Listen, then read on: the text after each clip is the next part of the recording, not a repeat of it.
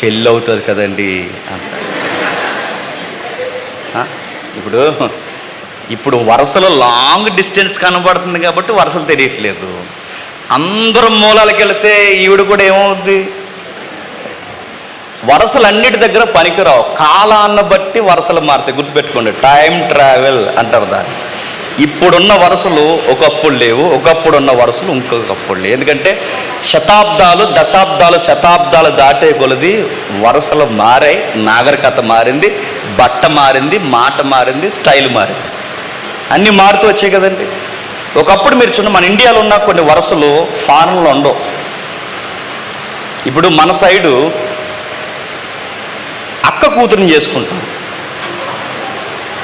అన్నయ్య కూతురిని చేసుకోం. కొన్ని ఏరియాస్లో అన్నయ్య కూతురిని చేసుకుంటాం, ఎందుకంటే వాళ్ళ నాగరికత అంతే. ఇప్పుడు నాకు పెద్ద ప్రశ్న ఏంటంటే, అన్నయ్య కూతురు కూతురు అయింది, అక్క కూతురు ఎందుకు కూతురు అవదు? నా ప్రశ్న. అవదంట. ఎందుకు అవదు? అదే ఆ వరుస ఎలా వచ్చింది?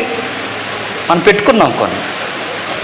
ఇది స్టార్టింగ్లో లేదు, గుర్తుపెట్టుకోండి. స్టార్టింగ్లో ఆదాముకి 5వ అధ్యాయం ఒకసారి తీయండి, ఆదికాండం 5వ అధ్యాయం మొదటి వచనం చదవండి ఒకసారి.